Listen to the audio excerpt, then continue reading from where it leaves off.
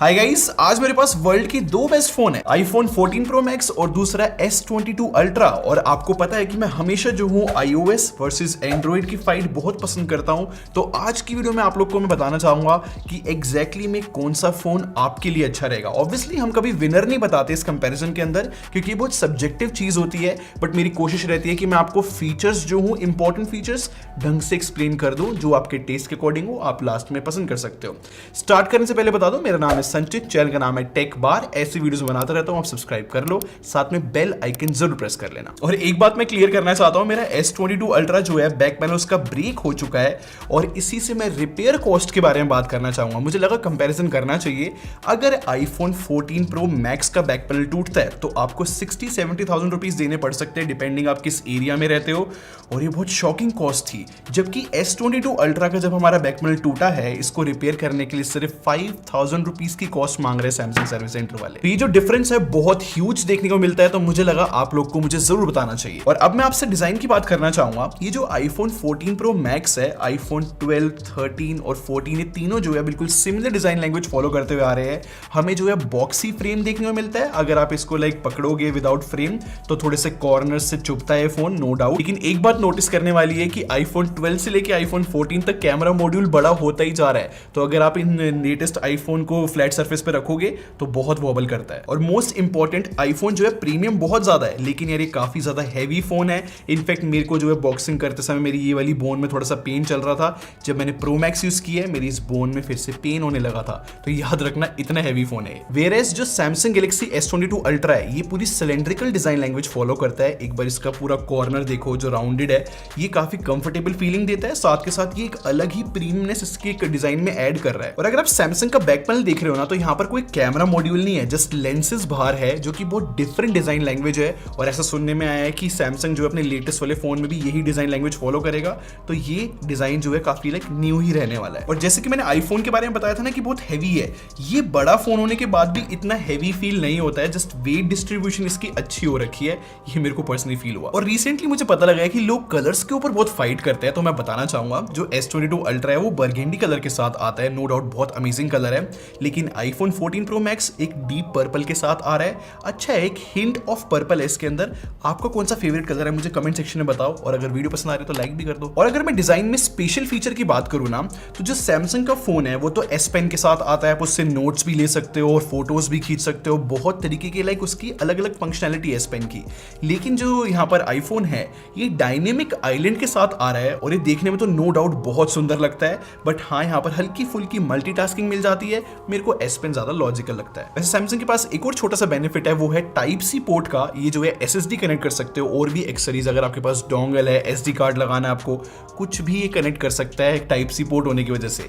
जबकि आईफोन में आज भी लाइटनिंग पोर्ट है, कुछ लोगों को आज के लिए पसंद नहीं आ रहा है। और पता है, मैं इनके स्पीकर्स टेस्ट कर रहा था और मुझे आईफोन 14 प्रो मैक्स के कुछ अमेजिंग स्पीकर लगे। इनफैक्ट मेरी 15 लोगों की टीम है, जब हम वीडियो बनाते हैं हम सबको जो है आईफोन 14 प्रो मैक्स के स्पीकर पसंद आए। इनफैक्ट एक और जगह पे आईफोन विन लेकर जा रहा है, वो है एक्सेसरीज अवेलेबल होना ऑफलाइन मार्केट में या फिर ऑनलाइन मार्केट में। अगर आप आईफोन के केसेस देखते हो या फिर इनके स्क्रीन गार्ड, हर जगह पे अवेलेबल है यार, लिटरली हर जगह पे अवेलेबल है, चाहे छोटी से छोटी शॉप क्यों ना हो। ये मेरे को पर्सनली बहुत पसंद है, क्योंकि मैं बहुत कवर्स चेंज करता हूँ। अच्छा, जो S22 अल्ट्रा है, इसके कवर्स ढूंढना थोड़ा सा मुश्किल रहता है, इतने फैंसी कवर नहीं मिलते। और स्क्रीन गार्ड भी जो है कभी कभी ढूंढने में प्रॉब्लम होती है। और मैं समझता हूँ कि आप लोग को मेरा ओपिनियन जानना है कि मुझे किसका डिजाइन ज्यादा फंक्शनल बेटर लगा। टू बी ऑनेस्ट, मुझे S22 अल्ट्रा जो है लाइट वेट होने की वजह से कंपैरिजन में बोल रहा हूँ, और साथ में टाइप सी पोर्ट भी है। और S पेन का जो एडिशन है मुझे पर्सनली पसंद आती है, तो मुझे डिजाइन में S22 अल्ट्रा विनर लगता है। और अगर मैं डिस्प्ले की बात करूँ ना, तो दोनों फोन की डिस्प्ले में जो है 0.1 इंच का फर्क है। आईफोन जो है 6.7 इंच डिस्प्ले के साथ आता है और जो S22 अल्ट्रा है वो 6.8। और मैं सीधा बताना चाहूंगा, दोनों जो है बहुत फैंटास्टिक डिस्प्ले, मेरे हिसाब से किसी को डाउट भी नहीं है, इसलिए इतने महंगे फोन है ये। लेकिन जब तक आईफोन 14 प्रो मैक्स नहीं आया था ना, तो जो S22 अल्ट्रा है, इसमें सबसे ब्राइटेस्ट डिस्प्ले देखने में मिलती थी पूरे वर्ल्ड की, 1750 निट्स की।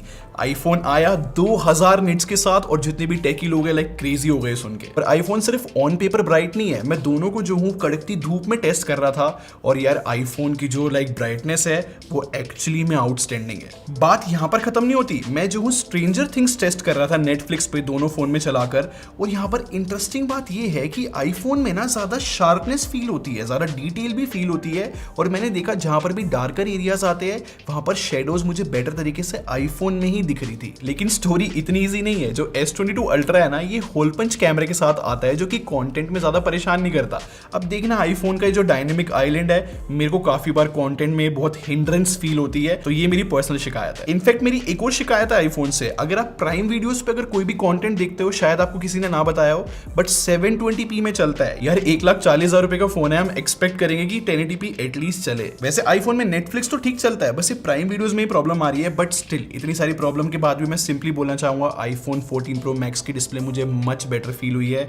कुछ अमेजिंग ही किया है इस साल। एक और बहुत अमेजिंग बात बताऊं बैटरी डिपार्टमेंट से रिलेटेड, अब ये दोनों फोन जो है मैं अपनी रियल लाइफ में यूज कर चुका हूं आप लोग के लिए रिव्यू लाने के लिए, और मैंने बैटरी डिपार्टमेंट में एक चीज नोटिस करी कि जब मैं आईफोन 14 प्रो मैक्स यूज कर रहा था ना, जब मैंने सुबह से बिल्कुल रात तक इसको यूज किया है, तब भी जो है जो सोने से पहले आईफोन 14 प्रो मैक्स के अंदर 40% बैटरी बची हुई होती थी, जबकि S22 अल्ट्रा पूरे दिन यूज करने के बाद मेरी सिर्फ 10% बैटरी बचती थी रात तक। मेरे हिसाब से नंबर्स से बिल्कुल क्लियर हो गया होगा कि आईफोन 14 प्रो मैक्स का जो बैटरी बैकअप है कुछ ज्यादा ही अच्छा है। लेकिन ये जो आईफोन है ना, पूरे चार्जिंग इकोसिस्टम के अंदर हार जाता है। समझाने की कोशिश करता हूँ, S22 अल्ट्रा जो है 45 वॉट पे चार्ज हो सकता है, जबकि ऐसा बताया जाता है कि आईफोन का एक स्टैंडर्ड चार्जर आता है 20 वॉट का, बट मैंने एक जगह पढ़ा था कि 27 वॉट तक भी आप आईफोन को चार्ज कर सकते हो। वो ज्यादातर लोग नहीं करेंगे क्योंकि 20 वॉट का चार्जर यूज करते हैं लोग। इन शॉर्ट आईफोन को चार्ज करना बहुत पेनफुल रहता है, 2-2 घंटे लगते हैं इसको फुल चार्ज होने में। और एक और इंटरेस्टिंग बात बताता हूँ कि जो यहाँ पर रिवर्स वायरलेस चार्जिंग है वो सिर्फ S22 अल्ट्रा में मिलती है, तो आप अपने ईयरफोन्स भी चार्ज कर सकते हो अगर वो वायरलेस चार्जिंग सपोर्ट करते हैं। तो मुझे पर्सनली रिवर्स वायरलेस चार्जिंग कोई अच्छा फीचर नहीं लगता, बट फिर से अगर मैं अपना ओपिनियन बताऊं, मुझे बैटरी बैकअप ज्यादा मैटर करता है, वो आईफोन 14 प्रो मैक्स का बेटर है। और अब बात करते हैं एंड्रॉइड वर्सेस iOS के बारे में। अब मैं आपको बहुत ईजी वर्ड्स में बताता हूं। अब एंड्रॉइड मुझे एक्सप्लेन करना हो ना, इतना समझ लो ये इतनी फ्रीडम देते हैं आपको, कैसे भी कस्टमाइजेशन करनी हो, आप गूगल से कोई भी APK डाउनलोड करके नई ऐप इंस्टॉल कर सकते हो। बहुत अनएथिकल चीजें भी हो जाती है एंड्रॉइड में और एथिकल चीजें भी होती है। अब इतनी फ्रीडम देने की वजह से एंड्रॉइड में जो है स्टेबिलिटी इश्यूज रहते हैं, हियर एंड देयर कभी एड पॉपअप आने लग जाते हैं, तो थोड़े बहुत मालवेयर की प्रॉब्लम रहती है एंड्रॉइड के अंदर, बट फ्रीडम इनसेन अमाउंट की है। वेयरएज अगर मैं आईफोन की iOS की बात करूं तो ये जो है आपको बिल्कुल फ्रीडम नहीं देते, बट वो फ्रीडम छीनने के बदले ये काफी अमेजिंग स्टेबिलिटी देते हैं। इनमें बहुत कम लैग देखने को मिलते हैं, बग्स है फिलहाल आईफोन के अंदर, बट ये है कि लॉन्ग लास्टिंग फोन होते हैं और 5-5 साल तक भी हमने देखा है कि इनके सॉफ्टवेयर अपडेट आते हैं और जो आईफोन्स है वो हमेशा स्मूथ चलते रहते हैं। बदले में फ्रीडम ले रहे ना। फिर इन शॉर्ट आप पे डिपेंड करता है कि आपका क्या टेस्ट है, आपको स्टेबिलिटी चाहिए या फिर फ्रीडम। परफॉर्मेंस की बात करना चाहूंगा मैं आपसे। अब यहाँ पर जो आईफोन 14 प्रो मैक्स है ना, वो A16 बायोनिक चिपसेट के साथ आते हैं, और गाइस क्या परफॉर्मेंस है इस फोन के अंदर। क्योंकि मैं S22 अल्ट्रा के साथ इसको साइड बाय साइड कंपेयर कर रहा था कुछ बेंचमार्क्स रन करके, आईफोन 14 प्रो मैक्स के तो कुछ इंसेन ही रिजल्ट्स आ रहे हैं, हर जगह पे जीत रहा है। और अगर रियल लाइफ की बात करो ना, जहां पर आप बहुत ज्यादा व्हाट्सएप यूज कर रहे हो, सोशल मीडिया एप्स यूज करोगे, तो दोनों फोन बहुत अमेजिंग परफॉर्म करते हैं। और इनफैक्ट कोई हैवी ऐप भी चलाओगे तो दोनों फोन मस्त तरीके से हैंडल कर देते हैं, दोनों सफिशिएंट पावर के साथ आते हैं। लेकिन हीटिंग में एक डिफरेंस है कि आईफोन कम हीट करता है जबकि सैमसंग ज्यादा कर रहा है, क्योंकि इसके अंदर स्नैपड्रैगन 8 Gen 1 मिलता है जो कि अपनी हीटिंग इश्यूज के लिए जाना माना प्रोसेसर है। और अगर आप गेमिंग करते हो ना, तो यहाँ पर एक अच्छा डिफरेंस देखने को मिलता है। मैं कॉल ऑफ ड्यूटी टेस्ट कर रहा था दोनों में इंस्टॉल करके, जो आईफोन है वो मीडियम 120 FPS सेटिंग्स दे रहा है और जो सैमसंग है वो लो 120 FPS सेटिंग देता है, तो क्लियरली आईफोन बेटर परफॉर्म कर पा रहा है। इनफैक्ट मैंने एपिक्स लेजेंड भी टेस्ट करा इसके बाद, और मैंने नोटिस किया वहां पर भी आईफोन में ही बेटर सेटिंग्स मिल रही है। तो मुझे शायद कहने की नीड नहीं है, बट आईफोन जो है एडवांटेज लेकर जाता है परफॉर्मेंस डिपार्टमेंट में, और विन भी। और अब मेरा फेवरेट पार्ट आ गया वीडियो का, वो है कैमरा डिपार्टमेंट। अब यहां पर मैं आपका बहुत टाइम लेने वाला हूं, बट ढंग से एक्सप्लेन करूंगा। जो आईफोन है वो मेन कैमरा 48 मेगापिक्सल का लेकर आता है, जबकि सैमसंग जो है 108 मेगापिक्सल सेंसर के साथ आ रहा है। और आपको एक बात बताता हूं, कंपेयर करने के लिए दोनों फोन से जो है मैंने 500 फोटोज खींची है। उन 500 फोटोज में से मैंने कुछ फोटोज को निकाला है जिससे बेटर तरीके से एक्सप्लेन कर सकूं। जैसे कि ये लीफ की फोटो देखो, यहां पर मुझे ऐसा फील हुआ कि आईफोन ने ना दीवार का टेक्सचर और साथ में जो लीफ है उसका भी टेक्सचर बहुत सही तरीके से मेंटेन किया है। और अगर आप ब्लर देख पा रहे हो फ्रंट और बैक दोनों में, वहां पर मुझे आईफोन का ब्लर बेटर लग रहा है अगर सैमसंग से कंपेयर करूं तो। अब नेक्स्ट फोटो मैं आपको दिखाता हूं। मैंने नोटिस किया है कि आईफोन जो है ना बेटर स्किन टोन कैप्चर कर पाता है, थोड़ी सी ऑरेंजिश होती है जो कि दिखने में ज्यादा अच्छी है, जबकि सैमसंग जो है थोड़ी सी पर्पलिश लुक ला रहा है। लेकिन आईफोन में एक ह्यूज प्रॉब्लम है जिसकी वजह से कैमरा कंपैरिजन हार सकता है, वो है हाइलाइट्स कंट्रोल ही ठीक से नहीं कर पाता। अब ये जो आप फोटो देख रहे हो ना, इसमें स्काई की तरफ देखो, इन्हें हाईलाइट्स बोलते हैं। आप क्लियरली देख पा रहे हो कि सैमसंग कितनी सही तरीके से मैनेज कर रहा है। इनफैक्ट इस फोटो में अगर आप रोड की तरफ देखते हो तो जो ट्री की शेडो है वो आईफोन में खत्म सी होती जा रही है, जबकि सैमसंग यहाँ पर भी बेटर मैनेज कर रहा है। और ये सिर्फ अकेली फोटो नहीं है, ऐसी मैं इतनी सारी फोटोज आपको दिखा सकता हूँ जहां पर आईफोन ने बहुत बुरा परफॉर्म किया, उसने हाईलाइट ढंग से कंट्रोल नहीं करा और सैमसंग वहां पर बहुत अच्छा परफॉर्म कर पा रहा है। तो ये एक मेजर विन हो रही है सैमसंग की। अब नेक्स्ट फोटो जो है मैंने 2x से खींची है, जो कि आईफोन में नई चीज इंट्रोड्यूस हुई है और यहाँ पर मुझे फील हुआ कि आईफोन ज्यादा शार्पर और ज्यादा बेटर टेक्सचर फिर से कैप्चर कर पा रहा है। और अगर मैं 3x जूम की बात करूं तो यहाँ पर मैंने पोर्ट्रेट फोटो खींची थी और मुझे पर्सनली ऐसा फील हुआ है कि सैमसंग जो है ना बेटर कटआउट कर पाता है। जो एज डिटेक्शन है ना सैमसंग की वो मच बेटर है बालों के अराउंड भी, जबकि आईफोन जो है थोड़ा सा डीएसएलआर वाला ब्लर करने की कोशिश करता है। अब मे बी आपको लगे कि डीएसएलआर ब्लर अच्छी चीज है, लेकिन आप ये जो फोटो देख रहे हो ना डॉग की, अब यहाँ पर देखना फोरग्राउंड के अंदर कितना आर्टिफिशियल ब्लर लग रहा है आईफोन के अंदर। लेकिन ऐसा बस एक बार हुआ था, लेकिन बात यहाँ पर खत्म नहीं होती। शायद सबको पता हो कि S22 अल्ट्रा जो है क्रेजी जूम कर पाता है 100x का, और अगर आप ज्यादा जूम करोगे तो भाई वहां पर एनी डे S22 अल्ट्रा ही विन लेगा। देखो इजी वर्ड्स में अगर मैं आप लोग को बताऊं ना, आईफोन का कैमरा बहुत अच्छा है, टेक्सचर वगैरह बहुत अच्छे कैप्चर करता है, लेकिन यार बहुत ज्यादा रिलायबिलिटी हैम्पर होती है। जो हाईलाइट वाली प्रॉब्लम है ना, उसकी वजह से मुझे डर लगता है कहीं मेरी फोटो खराब तो नहीं आ जाएगी, तो मुझे जो है S22 अल्ट्रा ज्यादा रिलायबल लगा। लेकिन मेरे को पता है कि आईफोन जो है काफी सारे फोटोग्राफर्स भी खींचते हैं। थोड़ी सी टेक्निकल बात बताना चाहूंगा, 48 मेगापिक्सल पे अगर आप रॉ फोटो खींचोगे ना, तो आईफोन तो इतनी कैपेबिलिटी रखता है रॉ के अंदर, इतनी सही तरीके से डिटेल निकाल लेता है शेडोज के अंदर लेस नॉइज के साथ, जबकि S22 अल्ट्रा का रॉ इतना अच्छा काम नहीं करता, वहां पर नॉइज आ जाती है शेडो डिपार्टमेंट में। और फनी बात ये, जो हाईलाइट वाली प्रॉब्लम बताई थी ना, वो नाइट मोड के अंदर ही मुझे फेस करने को मिली आईफोन में। लेकिन एक बात कहनी पड़ेगी कि नाइट मोड के अंदर ना ज्यादा बेटर स्किन टोन मुझे आईफोन की लगी। लेकिन आपको एक बहुत अजीब बात बताऊं आईफोन के बारे में, ये कभी कभी नाइट मोड ऑन ही नहीं करता, और यहाँ पर कोई ऑप्शन नहीं है कि हम मैनुअली नाइट मोड ऑन कर ले। इस चक्कर में फिर से रिलायबिलिटी इश्यूज आते हैं।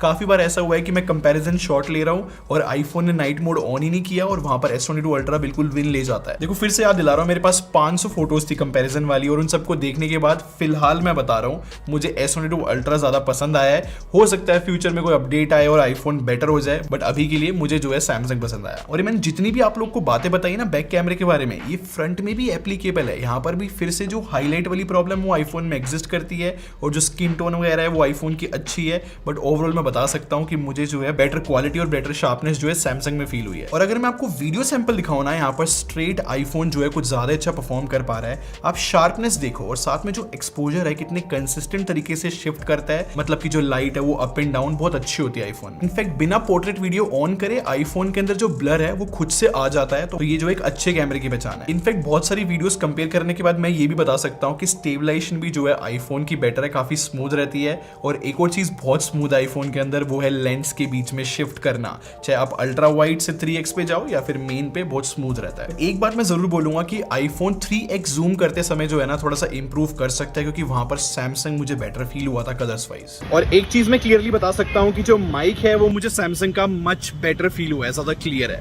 फीचर्स यहां पर खत्म नहीं होते, अब दोनों फोन जो है एक अलग अलग स्टेबलाइजेशन लेकर आते हैं। आईफोन ने इस साल इंट्रोड्यूस करा है एक्शन मोड, जो बहुत सही है, और यहाँ पर सैमसंग में सुपर स्टेडी मोड मिलता है। मैंने दोनों को ऑन किया, आप सैंपल देख ही रहे हो। मेरे हिसाब से आईफोन क्लियरली विन लेकर जा रहा है। अगर भागते हुए रिकॉर्ड करते हैं मच बेटर वीडियो रिकॉर्ड होती है। और अगर मैं पोर्ट्रेट वीडियो की बात करूं ना, तो यहाँ पर आईफोन ने सिनेमैटिक वीडियो जो है 4K में इंट्रोड्यूस कर दिया है, तो हाँ क्वालिटी अच्छी रहती है। लेकिन जो सैमसंग है ना वो 1080p में पोर्ट्रेट वीडियो रिकॉर्ड कर पाता है, बट फॉर सम रीजन इनकी जो एज रिडक्शन है और जो कटआउट है वो कुछ ज्यादा ही अमेजिंग है। आईफोन में फिर भी जो है बाल या फिर शोल्डर की तरफ अगर आप देख रहे हो तो थोड़ा बहुत ब्लर खराब कर रहा है वो, बट स्टिल मैं बोलूंगा बेटर क्वालिटी जो है आईफोन की है। और मैं दोनों फोन की ना लो लाइट कैपेबिलिटीज भी टेस्ट कर रहा था वीडियो के अंदर, मुझे यहाँ पर आईफोन ही पसंद आ रहा है। वैसे आईफोन के सिनेमैटिक मोड में ना एक और प्रॉब्लम मैंने पिछले साल भी नोटिस की थी कि जैसी लो लाइट सिचुएशन आती है ना, देखो सैमसंग जो है अच्छी तरीके से ब्लर कर पा रहा है, कट आउट कर पा रहा है, लेकिन आईफोन नहीं कर पाता। और अब मैं आपको फ्रंट वीडियो का सैंपल दिखाता हूँ। यहाँ पर पार्थ जो है दोनों फोन को साइड बाय साइड लेकर चल रहा है, आप देख रहे हो उसके बैकग्राउंड में जो है सैमसंग फोन के अंदर कितना अच्छा ब्लर मेंटेन कर रहा है वो खुद से। लेकिन जो स्किन टोन और जो कलर्स है वो मुझे आईफोन के मच बेटर फील हुए हैं, बट जो शार्प शार्पनेस है वो मेरे को सैमसंग की बेटर फील हुई। बट देखो यार सीधी बात ऐसी है कि वीडियो के अंदर जो है मुझे आईफोन ही विनर लगा। अब आप लोगों ने सारे फीचर्स और सारी बातें सुनी ली है, तो कंक्लूजन की अगर मैं बात करूं कौन सा फोन अच्छा है, तो देखो सीधी बात ऐसी है, दोनों फोन बहुत ज्यादा अच्छे हैं, तभी तो मैंने वर्ल्ड का बेस्ट फोन इनको स्टार्टिंग में बोला था। इनफैक्ट मैं एग्री करता हूं कि ज्यादातर डिपार्टमेंट में आईफोन ने विन ली है, बट आपको मैं प्राइस जरूर याद दिलाना चाहूंगा कि जो आईफोन है वो एनी डे 40,000 रुपीज ज्यादा एक्सपेंसिव है अगर हम सैमसंग से कंपेयर कर रहे हैं। क्योंकि अगर मैं मतलब कार्ड ऑफर्स की बात करूं तो कभी कभी तो जो है सैमसंग S22 अल्ट्रा 92,000 रुपीज के आसपास भी मिल जाता है। तो सिंपल सी बात है, अगर मैं प्राइस और फीचर्स देखते हुए चलूं तो भाई S22 अल्ट्रा भी जो है हाईली रिस्पेक्टेबल फोनों में आता है। बट मैं एक और चीज पे एग्री करता हूं कि काफी सारे लोग जो है एप्पल इकोसिस्टम में ऐड होना चाहते हैं, तो उस केस में भाई आईफोन भी नो डाउट बहुत अच्छा फोन है। तभी मैं कह रहा था स्टार्टिंग में कि आपके ऊपर डिपेंड करता है, आपको जिसका फीचर सेट अच्छा लग रहा है आप वो फोन खरीद सकते हो। मेरा बस ये काम था आप लोग के आगे फैक्ट्स को रिप्रेजेंट करना। अब मुझे कमेंट सेक्शन में बताओ कि आपके हिसाब से कौन सा फोन रियल विनर है। और अगर आपको ये वीडियो पसंद आई हो तो आप लाइक बटन पे क्लिक कर दो और सब्सक्राइब करके हमारे टेक आर्मी को ज्वाइन कर लो। हम लोग क्वालिटी में बिलीव रखते हैं। अभी मिलते हैं। Thanks for watching. Bye bye guys.